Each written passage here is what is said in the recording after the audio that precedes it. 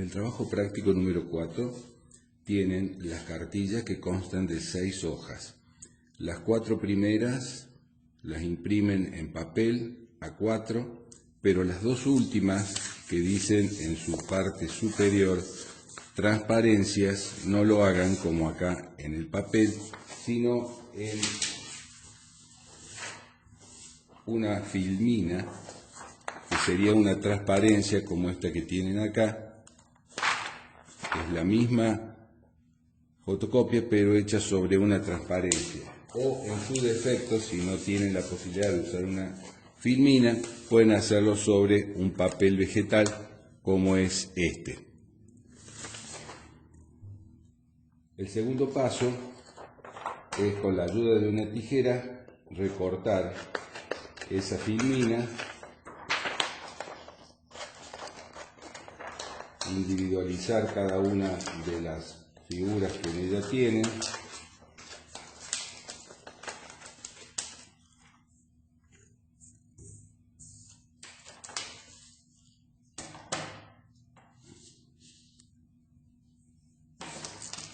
Bien, lo hacemos con todas.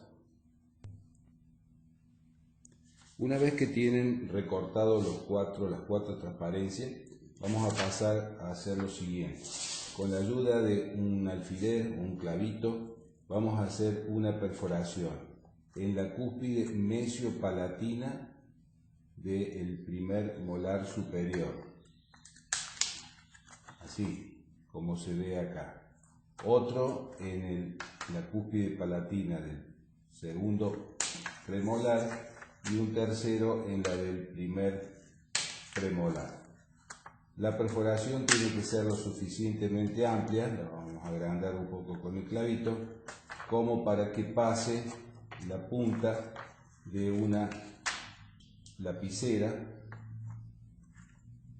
En el inferior vamos a hacer lo mismo sobre la cúspide vestibular, disto-vestibular del primer molar, la que va a fosa central, ahí como se ve, y sobre las dos vestibulares de los segundo y primer premolar, ahí y ahí. En el maxilar inferior, que está visto sagitalmente, lo vamos a hacer en la cima de la cúspide central del primer molar y en la del tercer molar. Y en la cuarta transparencia lo vamos a hacer en la cúspide vestibular de los dos molares inferiores, de un lado y del otro lado.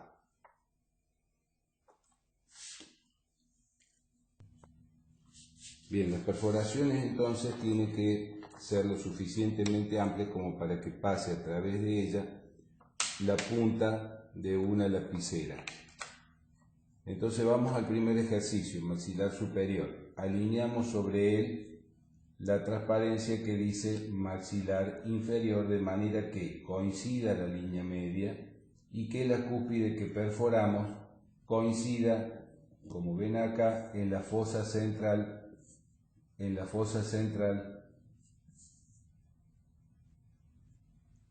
está, en la fosa central del elemento inferior.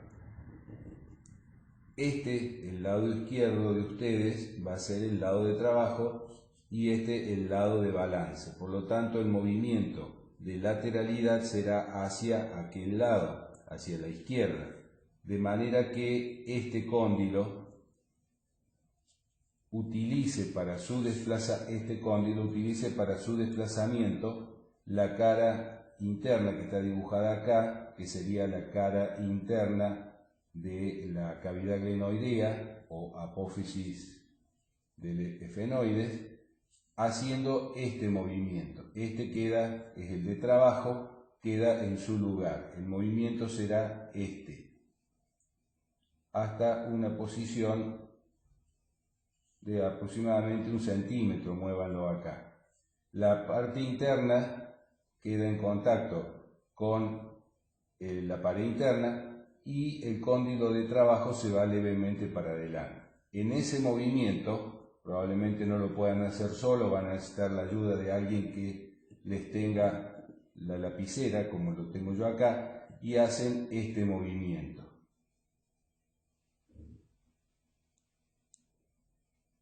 Les va a quedar marcado este trayecto, lo voy a ampliar para que se vea bien, que sería el trayecto de trabajo. Luego vuelven a alinear y ahora, para que coincida de nuevo la perforación donde estaba recién, y ahora vamos a hacer en la lateralidad hacia la derecha, hacia este lado, de manera que esa misma cúspide ahora va a dibujar el trayecto de balance. El cóndilo que ahora sigue por la pared interna va a ser el que recién era de trabajo, el movimiento va a ser este. Y el trayecto que va a quedar dibujado va a ser este trayecto. Esto es, le ponen una B, esto es balance, trabajo y balance. Entre ambos queda conformado un ángulo que se abre hacia mesial. Ese trayecto de trabajo utiliza el surco vestibular, mientras que el de balance no, pasa por sobre la cúspide mesiopalatina del molar superior.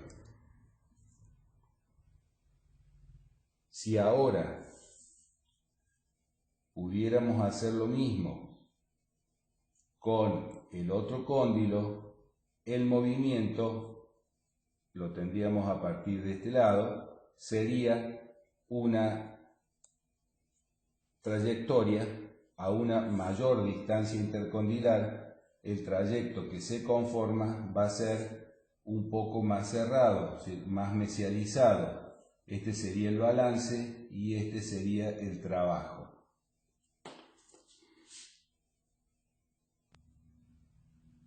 En el siguiente ejercicio vamos a tomar la transparencia que dice maxilar superior y vamos a usar el papel que dice maxilar inferior. Ahí abajo les indica cómo lo tienen que hacer, pero van a alinear de manera que los cóndilos coincidan y la cúspide perforada en la fosa central del inferior.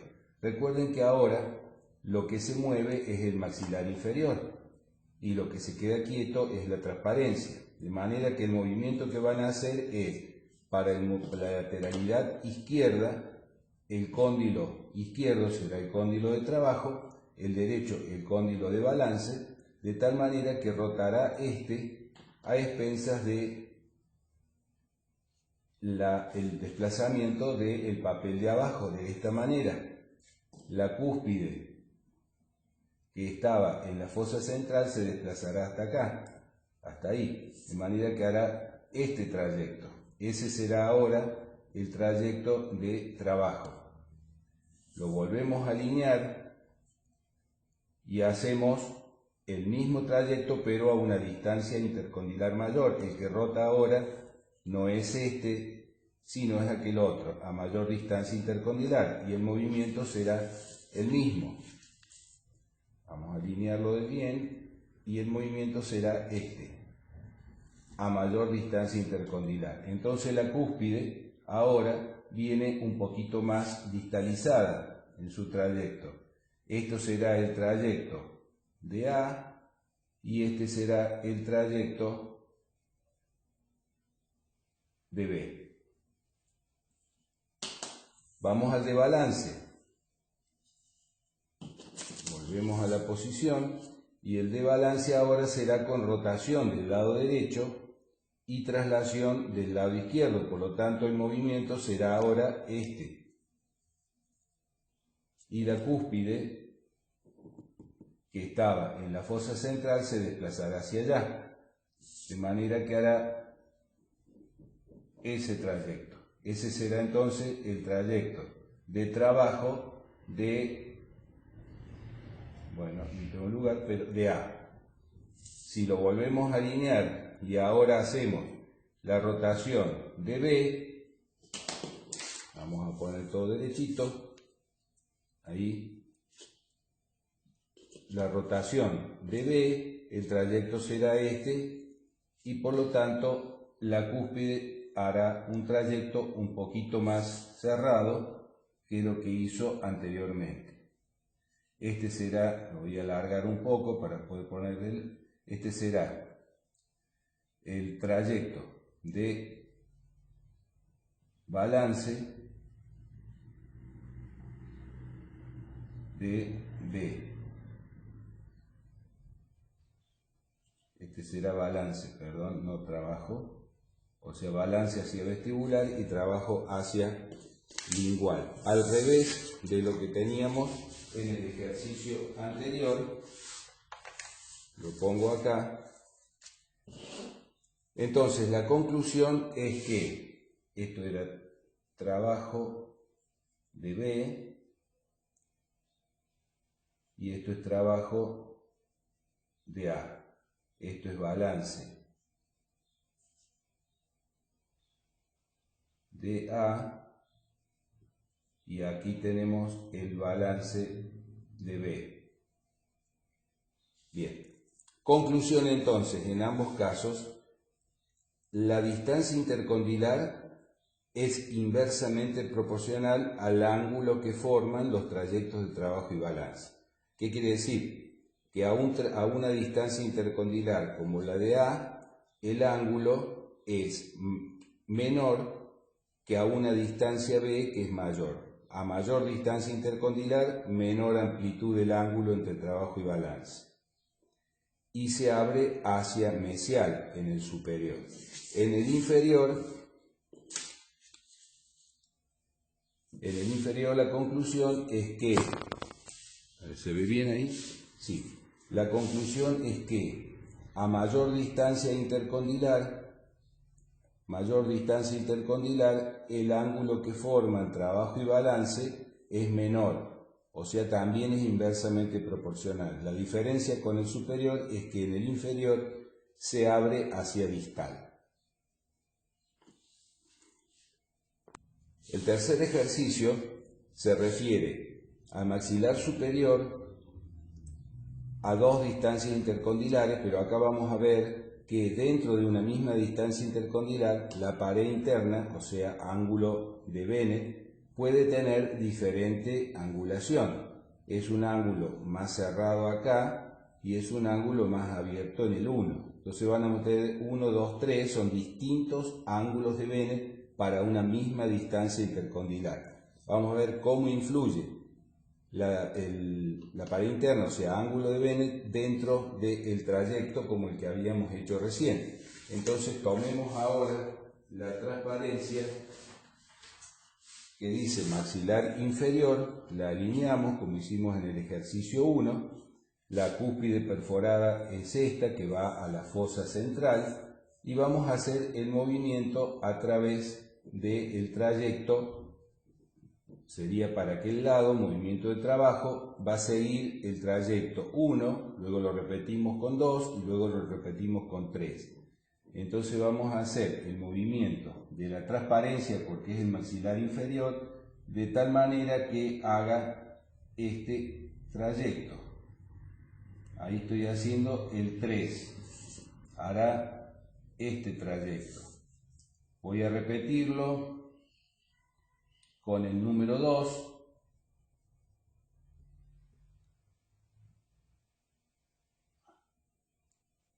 perdón, ahí.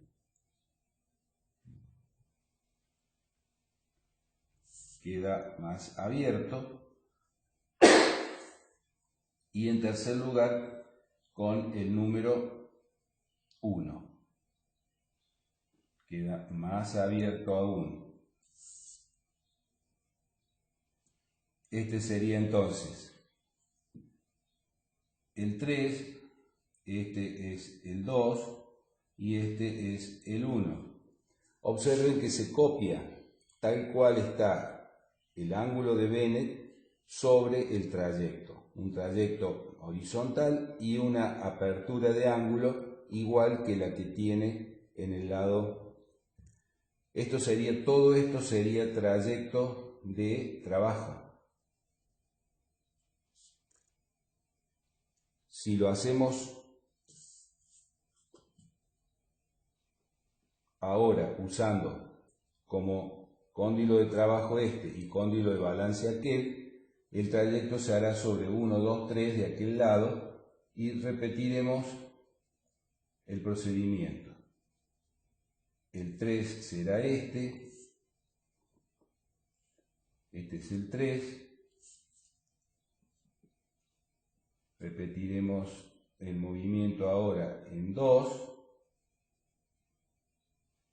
y lo repetiremos en tercera instancia con el 1. Lo voy a remarcar bien. 1, 2, este sería el 2 y este sería el 1. El más abierto es el 1 porque es el ángulo de Bennett mayor.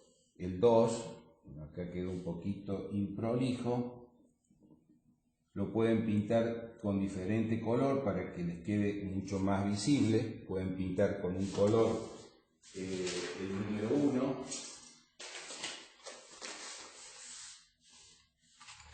Vamos a suponer que lo hago en rojo.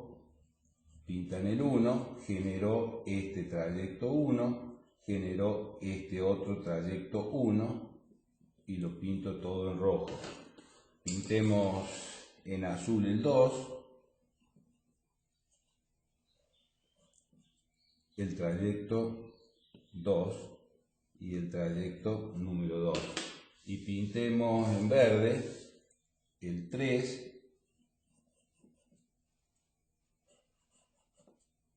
quedará este trayecto 3 y este trayecto 3 en verde. Conclusión de este ejercicio entonces es que la pared interna de la cavidad glenoidea, le hace ángulo de Bennett, influye en forma directamente proporcional sobre los trayectos de trabajo y de balance. Estos 3 de acá serían trayectos de balance. Se suma esta instancia a la distancia intercondilar, porque esto mismo que tienen ustedes acá lo podrían tener sobre este otro cóndilo.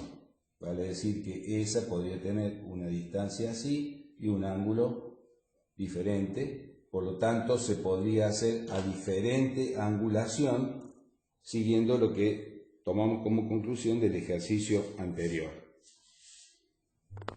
El siguiente ejercicio se refiere a una vista sagital en donde va a influir la angulación que tiene la pared superior de la cavidad glenoidea. Por lo tanto, la trayectoria del cóndilo va a seguir la roja A, la azul B o la verde C. Vamos a ver a una misma trayectoria incisal, que va a ser esta, qué sucede con la cúspide que perforamos. Entonces alineamos de manera que coincida el cóndilo y coincida el incisivo y vamos a hacer lo siguiente. Cúspide central del primer molar. Vamos a marcar qué pasa cuando hago este movimiento. Sigue el trayecto A, el cóndilo, y sigue el trayecto incisivo, el incisivo. Por lo tanto, la cúspide que asentaba acá se ha trasladado ahí, ha hecho este trayecto. Ese lo vamos a pintar en rojo y le vamos a poner la letra A. Lo vamos a repetir al movimiento, pero ahora el cóndilo sigue por el trayecto azul, el B, vale decir que hace esta trayectoria. Y en vez de estar en ese lugar, está un poquito más abierto, por lo tanto sigue ahí, ese sería el B. Y vamos a repetir en tercer lugar con la trayectoria C, que es una trayectoria cóndila con mucha más angulación. La cúspide ahora no está ahí, ni está acá, sino que está ahí. Un poquito mayor